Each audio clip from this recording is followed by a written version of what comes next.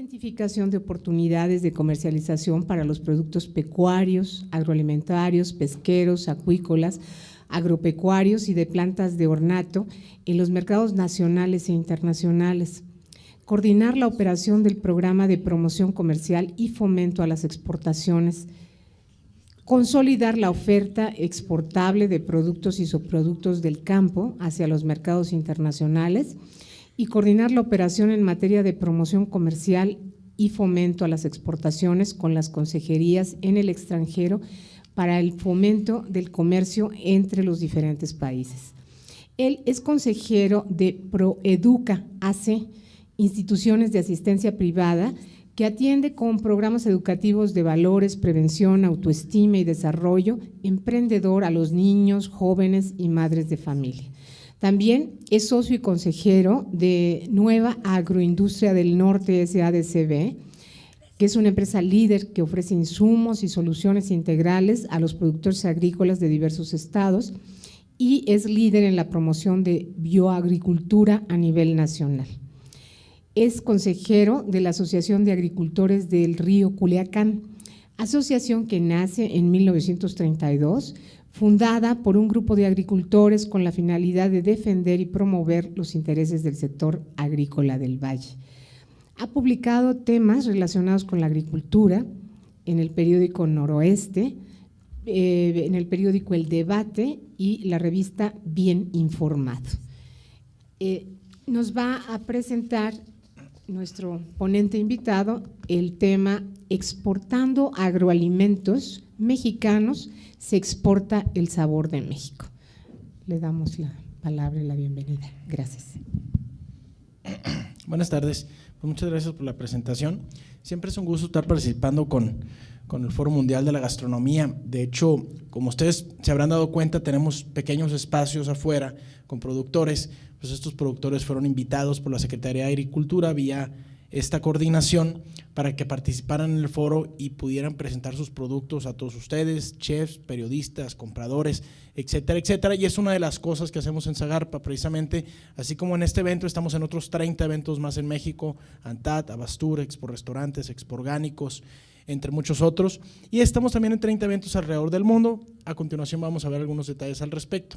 La idea, además de hablarles de lo que hacemos en la Secretaría de los Incentivos, es que nos sorprendamos en cómo el sector agroalimentario ha crecido, cómo las exportaciones han crecido de forma acelerada la última década. Como se podrán dar cuenta en esta gráfica, pues estamos hablando de un 8.8% en los últimos 10 años, que ha crecido el sector agroalimentario, las exportaciones agroalimentarias. Obviamente hizo una gran diferencia la apertura del Tratado de Libre Comercio en su momento para que se diera este boom en las exportaciones, principalmente Estados Unidos, como vamos a ver posteriormente. El 80% de nuestras exportaciones se van a Estados Unidos. Afortunadamente tenemos el mercado más grande del mundo al norte de nosotros y pues es nuestro mercado natural. Entonces el 80% se van a Estados Unidos. Veremos otros mercados importantes. Un dato muy importante, en 20 años no habíamos tenido un superávit. Ahorita tenemos un superávit en lo que va de 2015, de enero a agosto, un superávit de casi 1.400 millones de dólares. Quiere decir que estamos exportando 1.400 millones de dólares más de lo que importamos. Como pueden ver, un cambio del 200%, nos fuimos de menos 1.460 negativos, obviamente, a 1.400 positivos, o sea, un cambio radical. Y aunque tenemos nuestro listado, nuestros top 10 de exportaciones, número 1 es la cerveza, por ejemplo, tenemos productos como el aguacate. El aguacate ahorita es, después de la cerveza, el producto que más exporta a México. Y lo interesante de este producto es que hace 10 años no exportábamos un solo dólar de aguacate. Bueno, a lo mejor hace 15. Un solo dólar de aguacate no salía de México, porque por cuestiones fitosanitarias las fronteras estaban cerradas para México. Sin embargo, gracias al trabajo principalmente de los productores michoacanos de aguacate, se abrieron las fronteras en los 90s para el aguacate mexicano. Estados Unidos permitió que entrara primero solamente a Hawái y a Alaska. Fueron los dos primeros estados que se abrieron al aguacate mexicano. Obviamente la intención era pues retrasar la entrada de este producto, que iba a ser competencia con el aguacate de California. Sin embargo, ahorita es nuestro segundo producto de exportación, somos el proveedor número 1 de Norteamérica. México ha hecho alianzas con con los que pudieran ser su competencia, como es el estado de California, con otros países, para que de la mano se promueva el consumo de aguacate. Primero, consume aguacate, el que tú quieras. Segundo, consume aguacate mexicano. Para eso existe una marca, Avocados from Mexico, que lo que hace es, por cada libra de aguacate que cruza Estados Unidos, tanto el productor como el importador pone 2.5 centavos por libra solamente para promoción, para promover el consumo del aguacate. El año pasado, por primera vez, si no lo vieron, hubo un comercial en el Supertazón, en el Super Bowl, por parte de Avocados from Mexico. Era la primera vez no solamente que un producto fresco, como era el aguacate, sino que un producto mexicano se promovía en el Supertazón. Y los resultados se pagaron 2.5 a 1 de la inversión que hicieron para que este comercial saliera. Son un grupo muy organizado, productores que han hecho las cosas muy, muy bien. Jalisco, aunque actualmente no puede exportar por cuestiones fitosanitarias a Estados Unidos, está pronto a abrirse ya la frontera para ellos, aunque ya lo están haciendo a Japón. Tenemos por ahí el aguacate, luego tenemos los tomates. Aunque el aguacate es el segundo al mundo, el tomate es el segundo a Estados Unidos. Sin embargo, el tomate pues ya tienen décadas que estamos exportando tomate. Los primeras salieron de Sinaloa, Sonora, 1910, 1915, y el crecimiento en las exportaciones pues es, si no un crecimiento de un 1 o 2%, en ocasiones baja un 1 o 2% las exportaciones de tomate. Es decir, cuando lo comparamos con el aguacate de las exportaciones están creciendo un 20-25%. Cada año el valor sube un 20-25%. Lo mismo está ocurriendo con las berries, por ejemplo. Todo lo que es la zarzamora, la fresa, está creciendo de forma acelerada las exportaciones de estos productos. Michoacán también lleva el liderazgo, le sigue Jalisco. Ya por décadas Sinaloa fue el primer exportador, ya no lo es. Y existen todavía, se van a dar muchas otras oportunidades para el sector agroalimentario. Entre ellas la granada, por ejemplo. La granada que se siembra en Hidalgo, se siembra en Sonora, se siembra en Guanajuato. Se acaba de abrir el mercado en Norteamérica para la granada en noviembre del año pasado. Entonces, seguramente es un producto del que vamos a ver mucho crecimiento, ahora que está no solamente de moda, sino que es una realidad el tema de la salud, de los antioxidantes, del comer mejor. Pues la granada va a ser fundamental en este proceso. Entonces, de hecho, estamos invitando a los productores a considerar la granada. Pero también tenemos el mezcal. Las exportaciones fueron de $300,000 en 2012 y el año pasado fueron de $14 millones. Es decir, crecieron más de 40 veces las exportaciones de mezcal. El mezcal es la tercera bebida más cara en promedio en México, ahorita, por ejemplo, solamente después del coñac y del artañac, y luego le sigue el mezcal, por arriba del whisky incluso, en promedio, estamos hablando de promedios. No sé si es bueno o malo, ¿no? Que sea la tercera más cara, yo creo que en cierta manera es bueno porque pues le permite estar en ciertos nichos de mercado, y es malo pues porque es caro. Sin embargo, la estrategia del mezcal ha sido muy interesante, nosotros le hemos apoyado en la coordinación. El mezcal lo están promoviendo como si fuera un vino tinto, así como tienes vinos de diferentes variedades, tienes el Merlot, tienes el Cabernet, tienes el Shiraz. Bueno, están tratando estos productores de destilados de agave de promover el mezcal de una forma similar. Tenemos diferentes tipos de agave, tenemos diferentes tipos de mezcales que van a tener un sabor diferente, que lo puedes probar con diferentes tipos de alimentos, y han sido muy exitosos. Por ahí hay un evento que se llama Dardo, que es aquí, hay uno en la Ciudad de México, en Cancún y en Guadalajara, donde precisamente se invitan a los mezcaleros a promover el consumo responsable del mezcal. Tenemos los tradicionales, el chile bel, tradicionales los llamo yo porque tenemos décadas exportando, tenemos el tomate, tenemos el pepino. Dato interesante, somos grandes productores y exportadores también de lo que son galletas, de todo lo que son cacahuates, todos esos snacks, y a veces no lo vemos en esta lista porque están de alguna manera en diferentes posiciones, pero si los juntamos, pues en el sector botanero podríamos decir que somos muy importantes, y es algo que tenemos que seguir empujando también, el tratar de exportar más de estos, ¿no? Les comentaba Estados Unidos, 80% de las exportaciones, luego le sigue Japón principalmente con carne de cerdo, casi para un poquito más de $300 millones. Tenemos también el aguacate, historia similar, el aguacate son $130 millones más o menos. Si nos vamos 10 años atrás, a mí me tocó participar, porque estoy aquí, pero yo soy de Sinaloa y somos productores en Sinaloa, la familia es productora de diferentes hortalizas, Y hace algunos años me tocó estar del otro lado, me tocó estar como productor en Japón y me tocó ver cómo llegaban los aguacateros a mostrar su producto. Lo padre del mercado japonés es que el mercado japonés siempre está dispuesto a probar nuevos sabores. Y si tienes una historia que contar detrás de ese sabor, pues todavía es mucho más sencillo trabajar con ellos, venderles a los japoneses, porque les gusta la historia y les gusta también conocer nuevos sabores. Entonces llegaron esos aguacateros con un aguacate. El segundo año llevaban una parrilla, habían enviado su primer parrilla, pero se las habían rechazado por X o Y razón, perdían $3,000, $5,000 por ese envío. Un año después habían enviado su primer contenedor. Bueno, ahorita estamos hablando de $130 millones de aguacate mexicano que está llegando a Japón. Acerca la Secretaría de Agricultura, por ejemplo, les dio un apoyo para hacer una campaña al consumo. Ya en Japón los aguacates mexicanos tienen su mascota, tienen su familia de aguacatitos y tienen su botarga, que pues es un aguacate que camina y muy colorido, ¿no? Entonces nosotros les dimos recursos a los aguacateros para que se generara este tipo de dinámicas. Y yo creo que es muy importante mencionar que son aproximadamente 15,000 productores de aguacate en Michoacán, con menos de 5 hectáreas. Es decir, uno cuando piensa en aguacate y piensa en los productores de aguacate, en la industria del aguacate, piensa en grandes extensiones, en grandes productores, pero la realidad es que son pequeños productores con pequeñas extensiones de tierra. Canadá, pues también, naturalmente. Tenemos Guatemala, Centroamérica, incluso Centroamérica estamos vendiéndole aguacate, por ejemplo, al mismo Guatemala. Venezuela, maíz. Venezuela no le gusta el maíz genéticamente modificado. México es de los pocos países en donde no está permitido el maíz genéticamente modificado y por ende pues hemos logrado algunas de las producciones altas que hemos tenido de maíz, vendérselas a Venezuela, ¿no?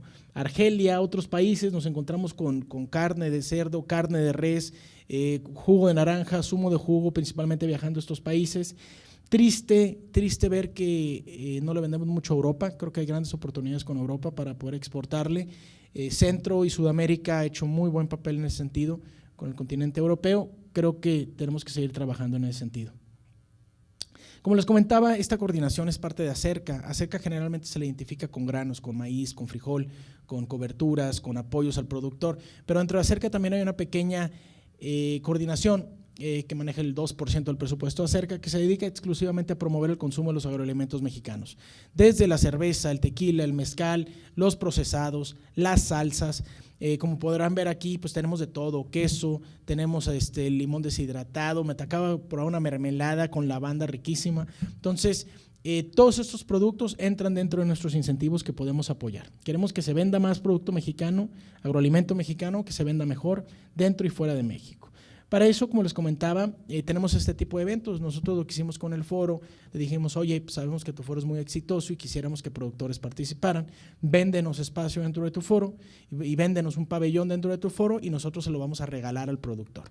Entonces, compramos el espacio, Acerca, Zagarpa, compró el pabellón y pues vía una convocatoria que se hace a nivel nacional, los productores levantan la mano, entregan documentación legal que es muy sencilla y pues aquí están acompañándonos en el evento.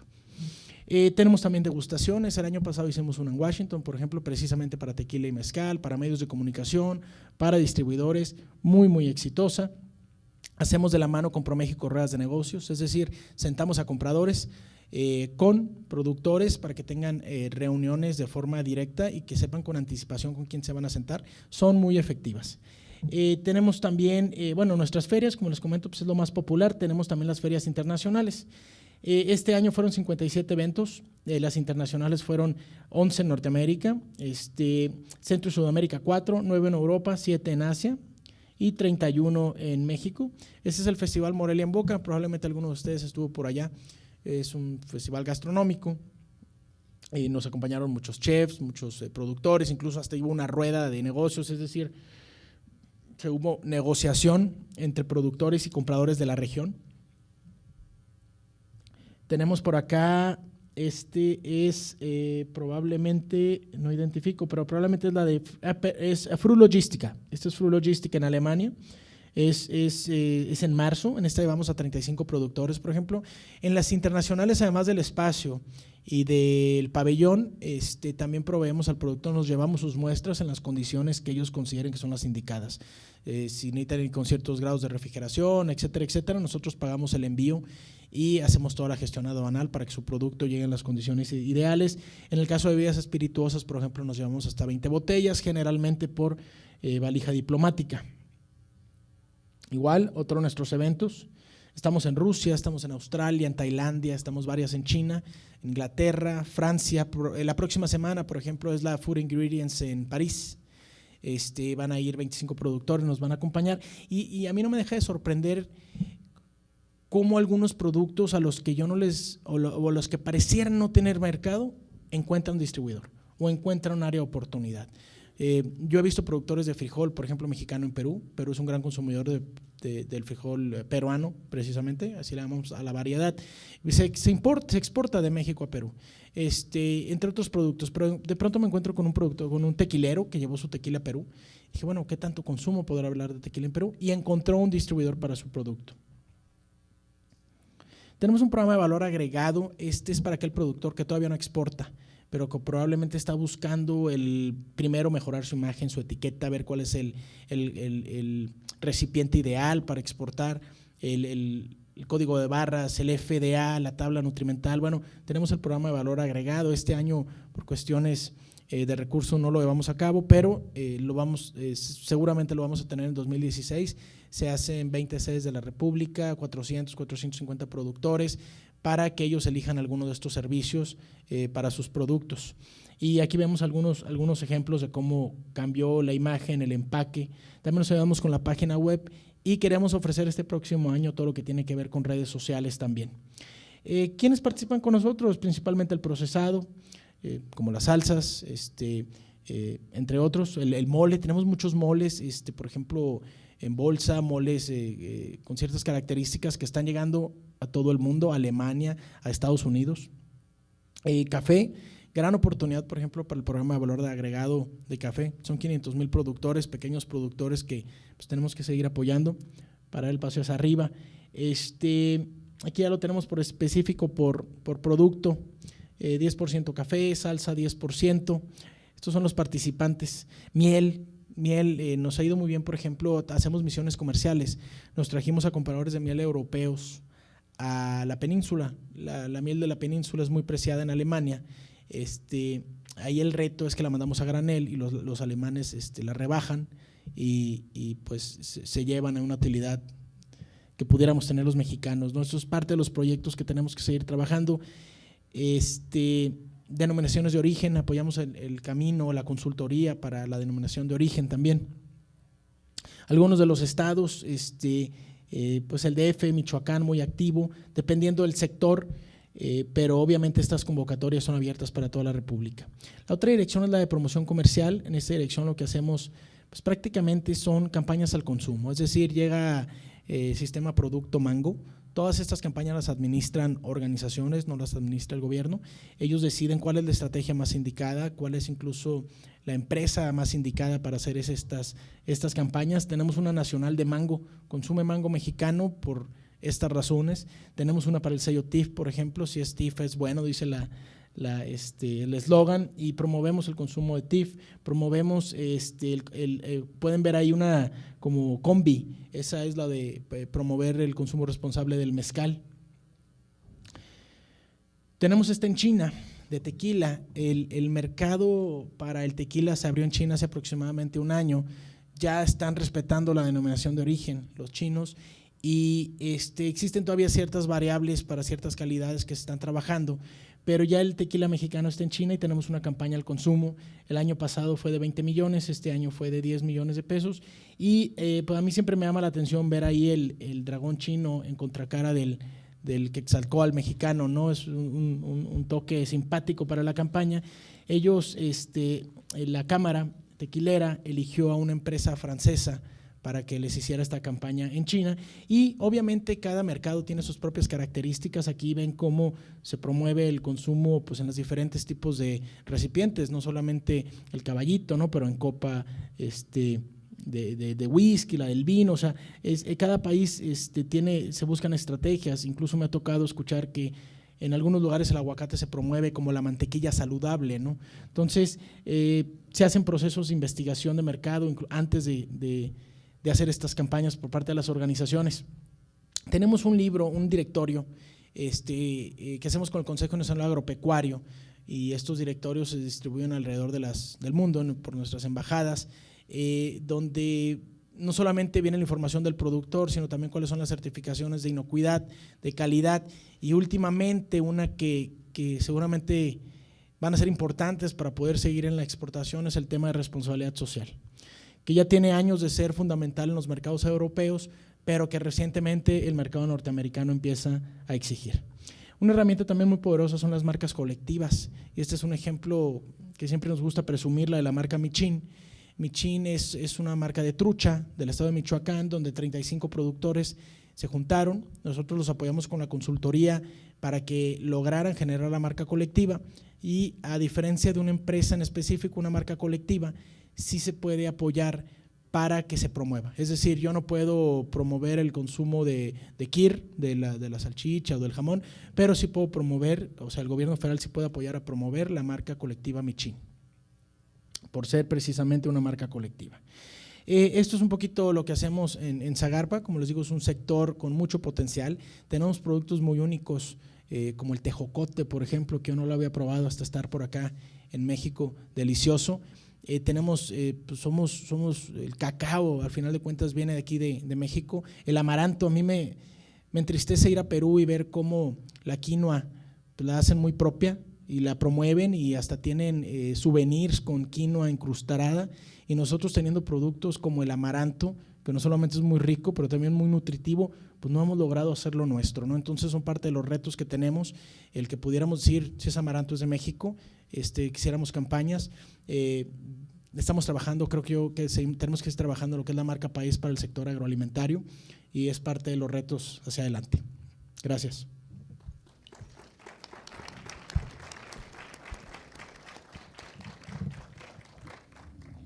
Bien, pues abriríamos un espacio para preguntas y respuestas. Adelante. Gracias.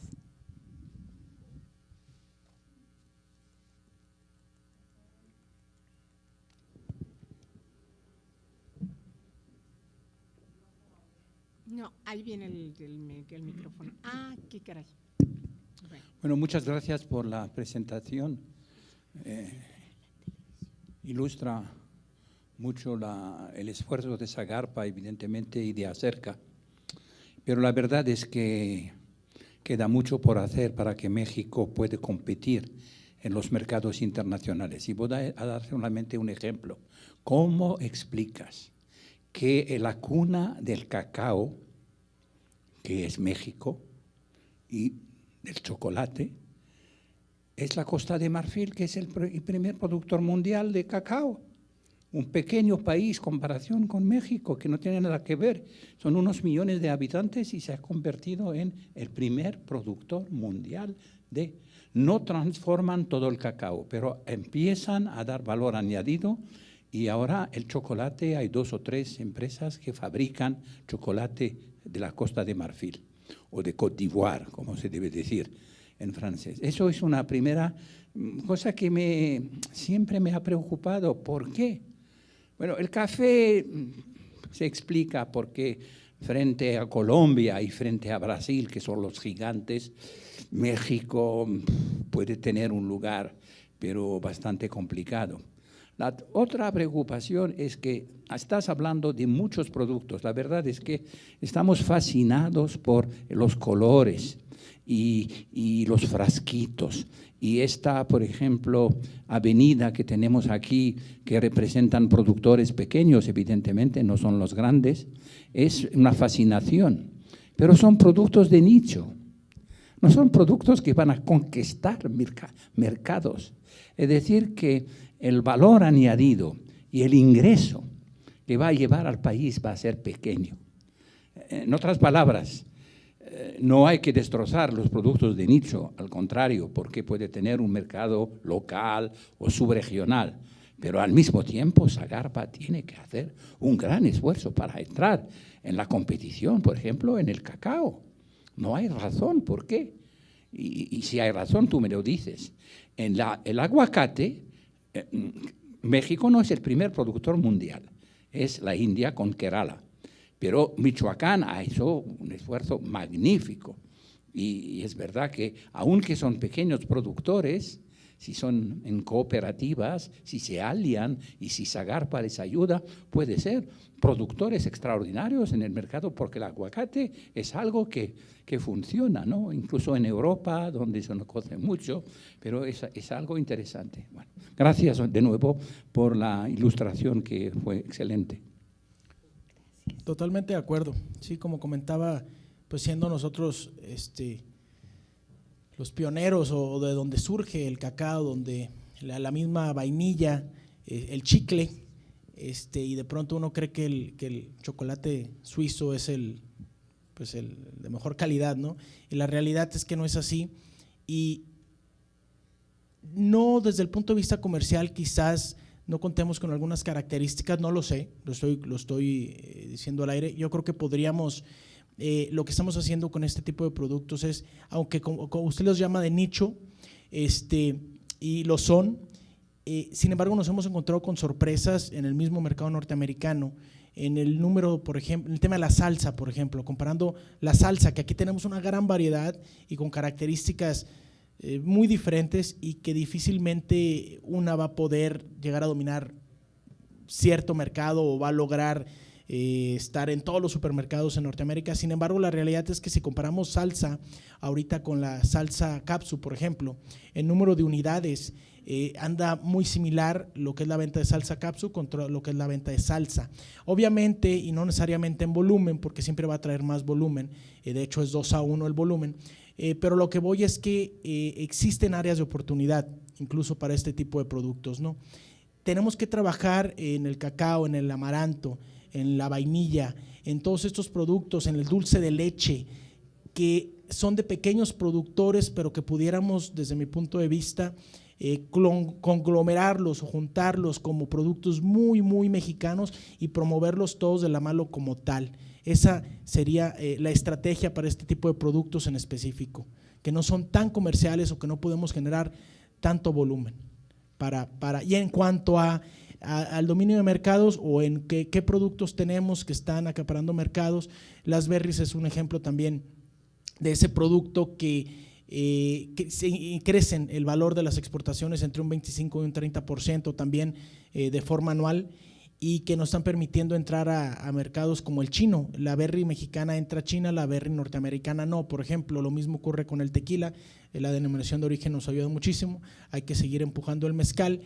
Como comentaba, yo veo grandes oportunidades para la granada, para la misma papaya, por ejemplo, que es muy complicado, hay un proceso fitosanitario para que la papaya mexicana entre al mercado de Norteamérica, y la mayor parte pues viene de países, nos encontramos papaya de Brasil, nos encontramos papaya de Centroamérica, cuando la mexicana pudiera ser precisamente la que dominara estos mercados, ¿no? Entonces existen estos productos que sí pueden significar entrada de divisas importantes también para el país.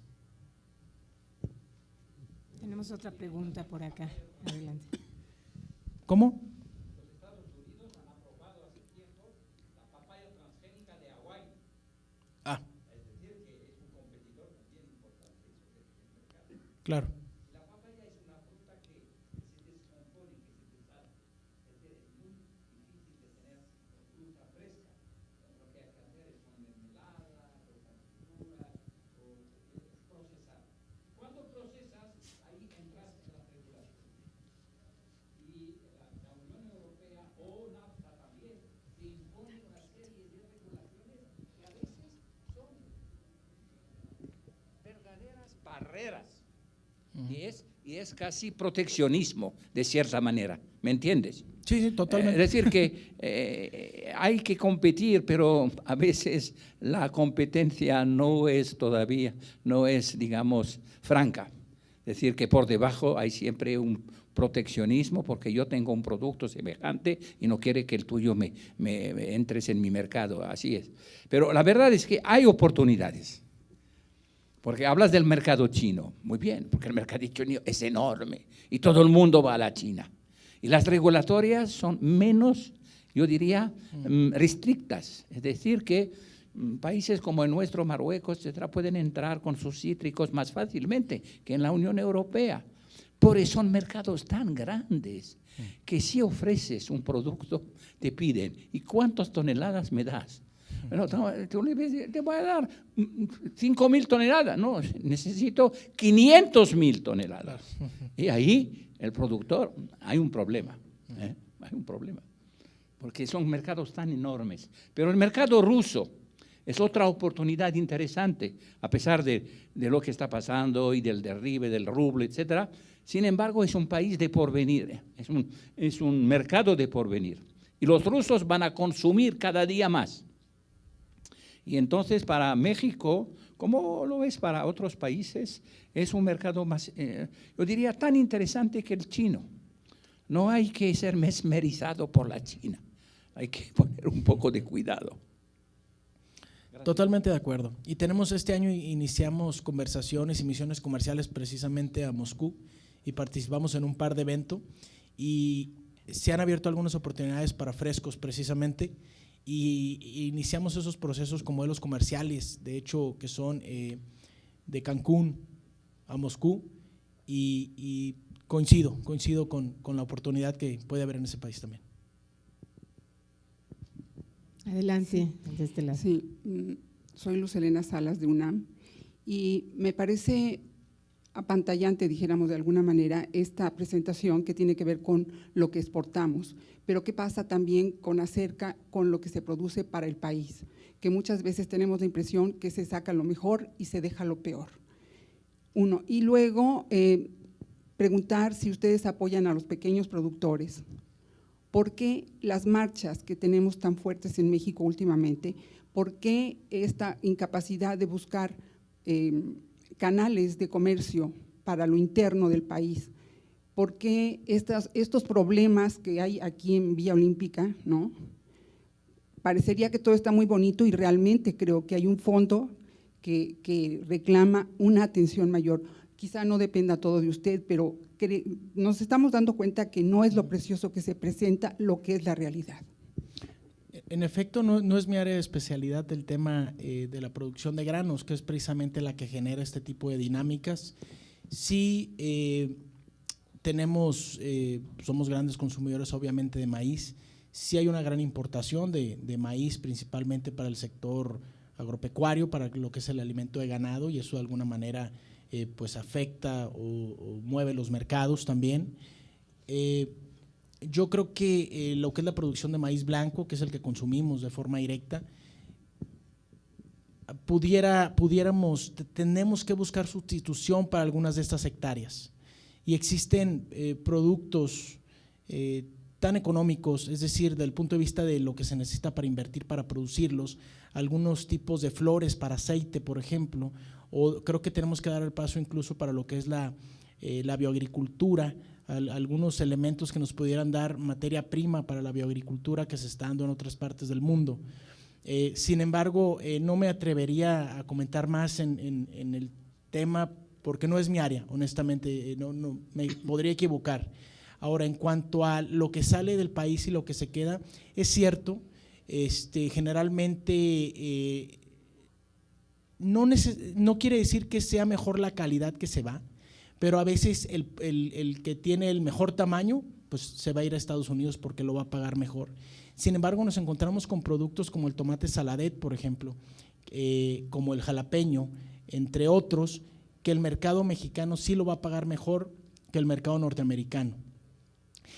También tiene que ver mucho con la demanda. Nosotros como consumidores creo que tenemos que ser más exigentes con los supermercados, con las mismas mercaditos, las centrales de abastos, no solamente en cuanto a calidad, pero también en cuanto a inocuidad, en cuanto a la responsabilidad social que hay detrás de estos productos, porque un supermercado norteamericano o japonés o europeo va a exigir ciertas certificaciones y en ocasiones nos encontramos que eso no ocurre en México. Creo que hay un desconocimiento en el tema de inocuidad, por ejemplo, en México, ¿no? el que haya una certificación detrás, donde avala de cierta forma y no al 100%, que se han seguido ciertos estándares, pues da un poquito más de seguridad en cuanto a lo que se está consumiendo. Creo que eso ha cambiado en la última década. De hecho, hasta hace 15 años, por ejemplo, ni siquiera los mercados internacionales, al menos no los de Norteamérica, no los exigían. Iniciaron apenas hace 15 años y creo que el mercado mexicano está iniciando también en esa dinámica de pedirle a los productores que cuenten con estos procesos que a la vez implican gasto, ¿no? O sea, y es donde también pues tenemos que buscar la forma de apoyar lo que es el acompañamiento técnico, por ejemplo, para una certificación de HACCP, de Global Gap, de SQF o para un certificado de los restaurantes, ¿no? Aunque tenemos herramientas, creo que tenemos que incrementar por el tema de certificaciones de inocuidad. Trabajamos con México Calidad Suprema.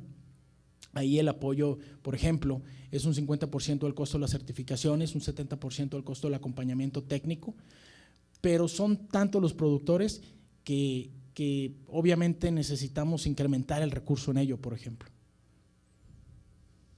Adelante, por favor. Sí, un comentario respecto al tema de granos. México es el origen del maíz, pero México produce 21 millones de toneladas de maíz al año. En Estados Unidos son 350 millones, China 225 millones de toneladas, Brasil 80, hasta Argentina produce más maíz que nosotros. Entonces, parte del problema, queramos o no, es que dado que el mundo entró en recesión desde 2008, China bajó su crecimiento, la India bajó su crecimiento, etcétera, entonces han bajado también sus compras de maíz. Entonces, el maíz que llegó a valer 5,000 pesos en Sinaloa, vale 3,000 ahorita. El gobierno les da 300 pesos más para completar 3,300. El problema es que a nivel de país, una hectárea produce 3 toneladas de maíz. Sinaloa produce 10,5 por hectárea. Entonces se pueden defender a pesar de que el precio anda bajo. Pero un productor pequeño tradicional, muy complicado. Nosotros ya tenemos un acuerdo con la Subsecretaría de Agricultura, por ejemplo, para desarrollar maíz en Campeche, pero con buenos niveles de productividad, porque de otra manera, pues si el precio está bajo y el rendimiento está bajo, pues es muy difícil. El segundo punto relacionado con lo que escuché del señor de los mercados, bueno, yo ya recorrí 2 veces la parte que presentaron ustedes de productos. Casi todo lo que está allí se podría exportar, pero nos faltan, lo que tú mencionaste, certificación. Acabo de comprar algo de vainilla, me dijo el señor, mire, las nuestras le garantizo que sí es 100% pura, porque la certificamos en Estados Unidos, pero en México no hay quien certifique vainilla. Entonces, mucha gente la vende diciendo, es pura, es 100%, ¿quién sabe? Porque no hay certificación, no hay norma de calidad en México de la vainilla. En Estados Unidos sí, solo la compran si cumple con la certificación de ellos. Y más para atrás de los mercados, bueno, con todo respeto, con maíz nosotros estamos haciendo la segunda planta en Rusia, con maíz tenemos planta en China. O sea, no nomás es vender desde aquí a allá, no, también hay que instalarse allá y producir allá, porque los costos de transporte también nos están matando. O sea, Sinaloa quiere exportar maíz a China, lo puede hacer por la calidad, porque además tiene puerto del lado del Pacífico, etcétera, etcétera, pero el costo de llevar maíz de Sinaloa a China, pues los chinos lo quieren descontar del precio, no lo quieren pagar ellos. Entonces, en fin, el comercio internacional pues tiene, pero la base es certificar la calidad del producto, pero que sea una certificación válida, reconocida internacionalmente, porque nadie va a comprar algo que el productor dice, esto es 100% puro, esto es…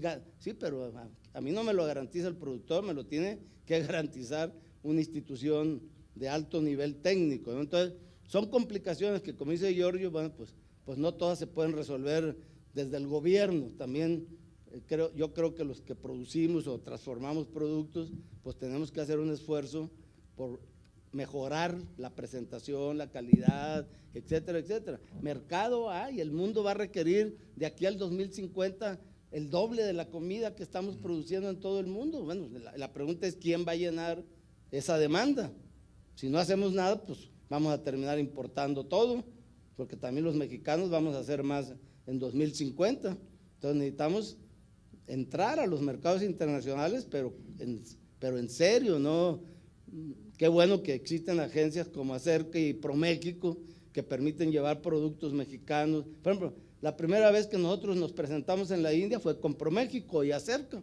O sea, se hizo un evento, fue el secretario Mayorga que estaba antes, ¿verdad? Es la primera vez que en la India ya saben pedir quesadillas con pico de gallo, así, en español, y enchiladas. Bueno, pues entonces quiere decir que detrás de eso va la tortilla mexicana, va el maíz, etcétera. Pero repito, también el productor tiene que poner de su lado. Gracias. En la parte de atrás, por favor. Antes estaba acá otra persona, ahorita perdón. regreso. Ay, perdón. Ahorita regreso a la parte de atrás. Mira. Bueno, primero muchísimas gracias por esta plática y más que nada informativa. Yo creo que en esta sala, por ejemplo, el día de hoy que hemos compartido temas que nos hablan de la historia y nos ayudan a entender los antecedentes de la comida mexicana, pues esta otra plática también nos ayuda a entender lo que está pasando hoy y a integrar la información acerca del sistema alimentario mexicano. Pero cuando se organizan este tipo de eventos como el foro de hoy, siempre se piensa el que haya aquí, por supuesto, la presencia de la cocina tradicional, presencia de investigadores, de promotores, de alumnos, de maestros, de productores, para que la gente tenga esta visión integral de lo que es el sistema alimentario mexicano. Pero, y ahí sí ya va como una observación personal mía, yo siento que también debemos preocuparnos hacia adentro. Por ejemplo, aquí en esta sala creo que deberían de estar productores, estos pequeños productores de afuera, no solo el día de hoy en este momento, sino por ejemplo en la mañana, que ellos hayan escuchado acerca del comercio de las especies, pues ellos están en el comercio, pero yo creo que es también muy importante que ellos se enriquezcan precisamente con esto que se está dando aquí, que no sea solo para el público que viene de afuera, sino que también precisamente a los productores o a nuestros alumnos y todo eso, también haya ese enriquecimiento. Entonces, yo creo que debemos de buscar la manera en cómo estas cocineras tradicionales y estos pequeños productores también puedan estar en estas sesiones académicas, que yo creo que también enriquecería mucho todo este movimiento que se está dando, ¿no? Esa es una propuesta. La otra cosa que quiero comentar es, pues, efectivamente es muy importante la producción de maíz en este país, pero yo te preguntaría, esas 20 millones de toneladas, o no, 10 millones de toneladas por hectárea que se dan en Sinaloa, al darse en otros estados o al darse ahí mismo en Sinaloa, va aparejado del concepto de la milpa, porque yo creo que no solo el tema del rendimiento por hectárea de un grano, sino también el que podamos también sumar todos estos otros elementos que también forman parte de la cadena alimenticia que la milpa le está dando a ese consumidor o a ese campesino.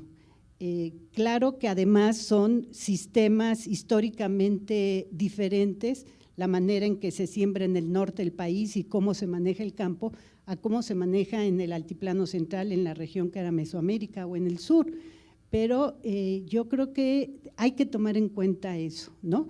Si estamos promoviendo el que los campesinos mexicanos lleguen a tener 10 toneladas por hectárea de maíz, ¿qué pasa con estas otras formas de alimentación y de aprovisionamiento que se tienen a través de la milpa? Muchas gracias. Señor Cebreros, no sé si quiere responder esa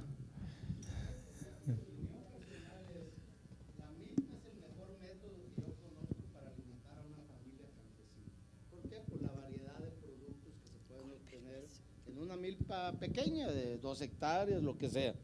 Pero si queremos vender maíz comercialmente, o sea, es diferente producir maíz para la subsistencia de la propia familia y junto con eso calabaza, frijol, chile, en fin. La milpa es muy noble como método para alimentar a una familia. Pero si estamos hablando de salir a vender maíz a la industria o lo que sea, queramos o no, vamos a tener que competir con otros países, pues nos puede gustar o no, pero ya es un hecho. México firmó el Tratado de Libre Comercio hace casi 20 años. O sea, México está firmando ahorita el TPP. Va a venir la inundación de lácteos de Nueva Zelanda, que es una potencia en lácteos. Va a venir Vietnam con café. Los vietnamitas que no producían café hace 20 años, ahora producen por hectárea 5 veces más café que un campesino mexicano. Entonces, pues es lo mismo, es diferente que un campesino quiera tener sus plantas de café para hacer su café, a que si va a salir a vender el café y va a competir con el café de Vietnam, con el café de Guatemala, con el café de Colombia que ya está en México, etcétera, etcétera. Entonces, como dice Sol, efectivamente son 2 temas diferentes. Una cosa es qué vamos a hacer para cubrir las necesidades, y estoy de acuerdo que ahí la milpa no hay nada que le pueda competir ni sustituir, pero si quiero salir a vender, pues entonces tengo enfrente a los gigantes del mundo, y México ya firmó con ellos, ya el maíz de Estados Unidos no paga arancel, etcétera, ya como medida. Imagínate, estaba llegando maíz de Sudáfrica, que está en el fin del mundo. Bueno, pues se le puso un impuesto del 20%, pues para evitar que llegue, pero estaba llegando, porque con todo y que el flete es carísimo, y podían competir con el maíz mexicano. O sea, entonces pues son 2 efectivamente mercados diferentes. Hay que atacar los 2, porque primero tiene que comer la gente pobre, pero también pues tenemos que ver como negocio el maíz.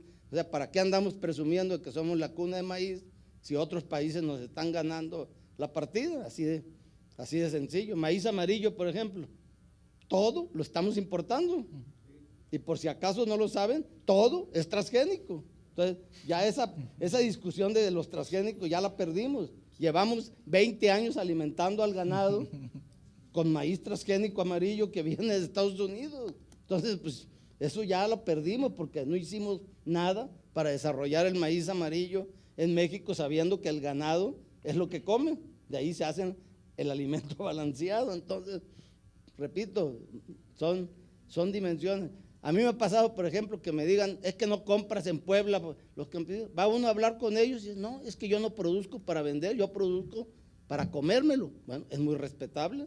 Entonces, pues, él quiere producir solo para comer, pues él siembra lo que le gusta de sabor, pero si va a competir para vender, pues no nomás va a competir con Sinaloa, tiene a Jalisco, tiene otros estados que se han ido modernizando. Entonces, pues son 2, digo, al final de cuentas, pues todo va a entrar en la ecuación, pero son 2 factores o 2 temas diferentes. Producir para autoconsumo, la milpa. Producir para el comercio, bueno, pues necesitamos eso, 8 o 10 toneladas por hectárea de maíz, si no, no es negocio. Pues el que no pueda producir eso, con todo respeto, pues no puede dedicarse a vender maíz. O sea, así de sencillo. No, y existen programas, tengo entendido, ¿no?, para tratar de incrementar la siembra de maíz amarillo, ¿no?, en México, y disminuir la de blanco.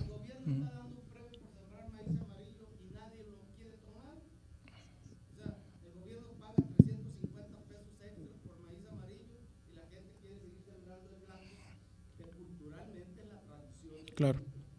También tenemos que mantener, porque la tortilla se tiene que hacer de maíz blanco. Pues, pero si estamos importando 10 amarillo. toneladas de amarillo, le estamos regalando ese mercado a los norteamericanos. Correcto. Buenas tardes. Yo quisiera hacer un comentario. Hay cosas que me sorprenden mucho de esta charla que tuvimos. Bueno, en principio yo no vengo del área de la alimentación, yo estoy aquí por un incentivo meramente personal, y me llamó muchísimo la atención en su parte de ponencia cuando dice que Michoacán es de los primeros exportadores de aguacate, creo que de limón también, en fin, de una serie de productos, y que todo esto se debe a que están muy bien organizados. ¿Qué significa esto? O sea, ellos están muy bien organizados como productores. ¿Qué es lo que realmente está haciendo el gobierno? ¿Qué hace la Zagarpa? ¿Cuál es el papel que tiene la Zagarpa en todo esto juego? Mira, de entrada sí son productores que en lo particular, como empresarios agrícolas o como agricultores, están muy bien organizados. En el caso del aguacate, por necesidades externas o por requisitos externos, que fue lo que exigió el gobierno norteamericano para que se pudiera exportar aguacate mexicano, los obligó de alguna manera a unirse y los obligó a tener que cumplir con estos requisitos, ¿no? Nosotros en lo particular, en lo que es esta coordinación, sé que existen muchas otras áreas de la Secretaría que apoyan de diversas formas. Esta área se dedica exclusivamente a lo que es la promoción al consumo, y en el caso del aguacate se les apoya en este caso a PEAM, que es la Asociación de Productores y Empacadores de Aguacate Mexicano, para que tengan la campaña en Canadá y tengan su campaña al consumo en Japón. Ellos, como les comenté, tienen sus propios recursos, pero para hacer las campañas solamente en Estados Unidos. Entonces nosotros participamos en los mercados que ellos no, en los que ellos no tienen ese incentivo, y con todas las herramientas que mencionamos, es la forma en que esta coordinación apoya a los productores. Gracias. Bueno, todo esto es un poquito, me surge a colación de lo que mencionaba el maestro con respecto al mercado ruso, que sí está convulsionado o no, y pues justamente en México, el estado de Michoacán es uno de los estados que tuvo muchísimos problemas, y que esos problemas surgieron justamente a partir de los productores, ¿sí? de esta población de autodefensas y todo esto, que tiene que ver justamente con la defensa de la tierra y del producto del campo. Gracias, era nada más ese comentario. Y un favor, si me puede ayudar a entender en qué nos beneficia venderle miel a Alemania. Bueno, tiene que ver con el precio que pagan los alemanes, ¿no? Están pagando un sobreprecio a vender esta miel en otros mercados, ¿no? Y como le comento, desafortunadamente pudiera ser mayor para estos productores si lográramos nosotros incluso mandarla envasada o con ciertas presentaciones, si tuviéramos una denominación de origen de la península, si lográramos tener una marca colectiva de la península, pudiéramos incrementar el ingreso de estos productores. Nos hemos traído a compradores europeos que visiten de forma directa también a estos productores, para que tratar de también eliminar un poco el intermediarismo. Perdón, de retomar la palabra por 2 minuticos. Adelante. Primero, para decir que estoy totalmente de acuerdo con lo que dijo nuestro colega ahí sobre el maíz, etcétera. Y es una pena, es una gran pena que me da a mí, que he seguido todo este proceso, que México sigue a la cola de los países del mundo en desarrollo, por ejemplo, la China, la India, la propia Argentina, Brasil, en lo de los transgénicos. Esto es una gran pena porque hablamos de maíz criollo. Bien, lo saludamos, lo rezamos, lo oramos, todo lo que tú quieres. Pero estamos importando 10 millones de toneladas de amaño cada año, de hace muchos años. Y es una pena porque es un presupuesto enorme que pesa. Es amarillo, es verdad, pero es transgénico. Y es transgénico como lo es lo de Argentina, como lo es de Brasil. Y entonces lo que se ha propuesto, y la Comisión nacional de seguridad, de bioseguridad, están de acuerdo. Y estamos en la etapa, ojalá que continúe, de ensayos de maíz transgénicos. No en el sur, no, en el norte, en Sonora, en estas regiones donde no hay maíz criollo. No hay ninguna maíz criollo ahí. Entonces, ¿con quién este maíz transgénico se va a cruzar? ¿Con quién? No hay. Entonces, es una cuestión, digamos, de sentido común. Podemos estar contra los transgénicos, muy bien. Estamos contra los transgénicos, yo respeto.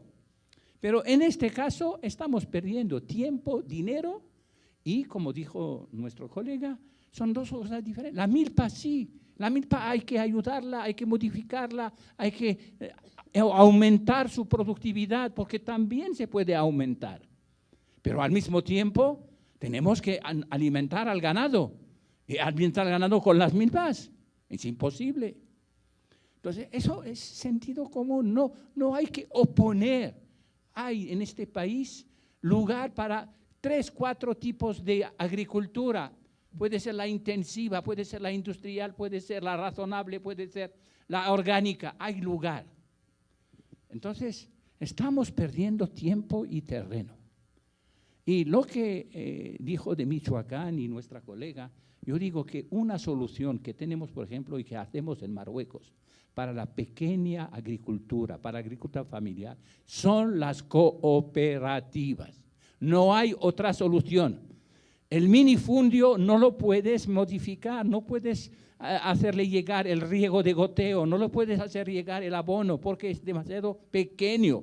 Pero si unes este medio hectárea en 50, 60 hectáreas, ya el tractor puede pasar, ya el riego puede hacer, etcétera. Y toda la gente gana. Y tenemos muchos ejemplos, incluso, por ejemplo, de cerealicultores que pasaron de granos a fresa y han ganado muchísimo dinero.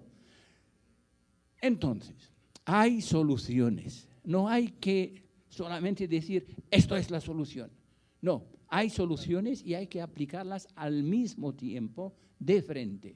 Zagarpa ha luchado para eso. No estoy diciendo que Zagarpa está contra, pero tenemos que ser serios.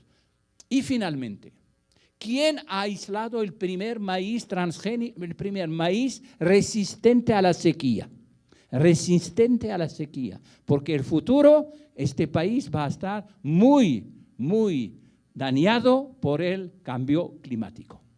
Más aridez, menos agua, como lo tenemos en la cuenca mediterránea. Por eso tener un maíz resistente a sequía es muy importante. Los primeros fueron Monsanto en San Luis y también el trabajo ahí en Irapuato. Y ahora en Sudáfrica. Estos 3 maíces van a entrar en el mercado poco a poco para ayudar a la pequeña agricultura y se ofrecerá gratuito estas variedades, pero también para la gran agricultura para poder alimentar a toda esta gente. Así es el progreso. Y México es parte del progreso. ¿Por qué no hace el paso siguiente? Esto es el problema. Gracias. Aquí adelante, por favor. Gracias.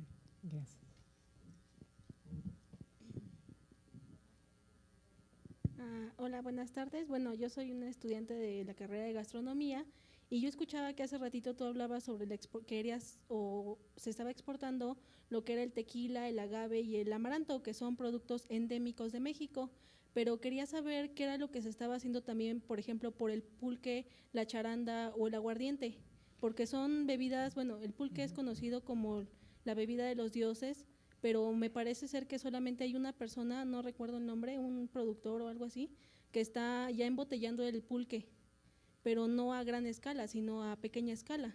Fíjate que sí nos ha tocado tener pulque enlatado, como un refresco, de forma muy profesional. Nos han acompañado productores de pulque a ferias a Nueva York, por ejemplo.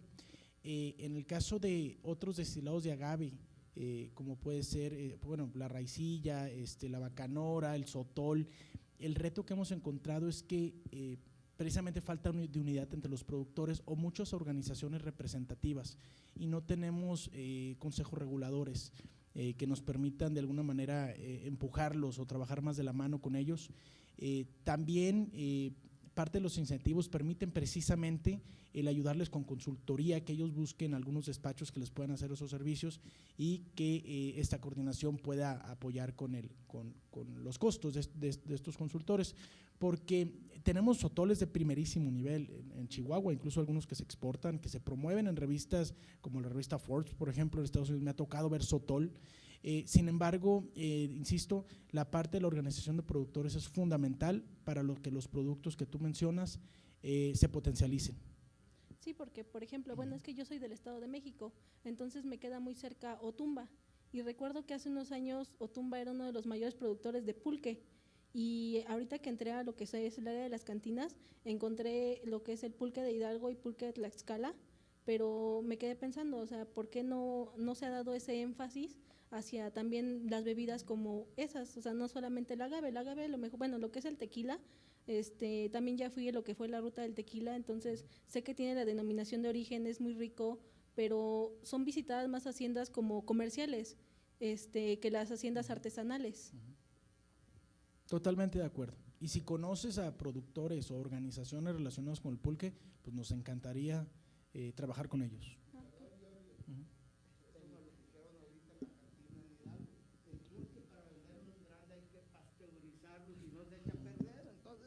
Pues así no se puede vender pulque si no está pasteurizado. Ahí es donde me refiero, ahí es donde falta la unidad, la organización de los productores y poner una pequeña pasteurizadora, porque si cada quien quiere traer 20 litros de pulque a vender, pues se le va a echar a perder en lo que lo trae. Se tiene que pasteurizar y esos son equipos elementales ya, que en cualquier lado se consiguen.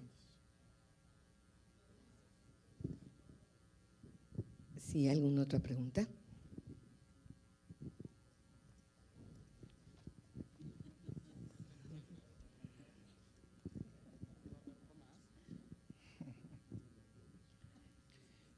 Yo tenía dos preguntas.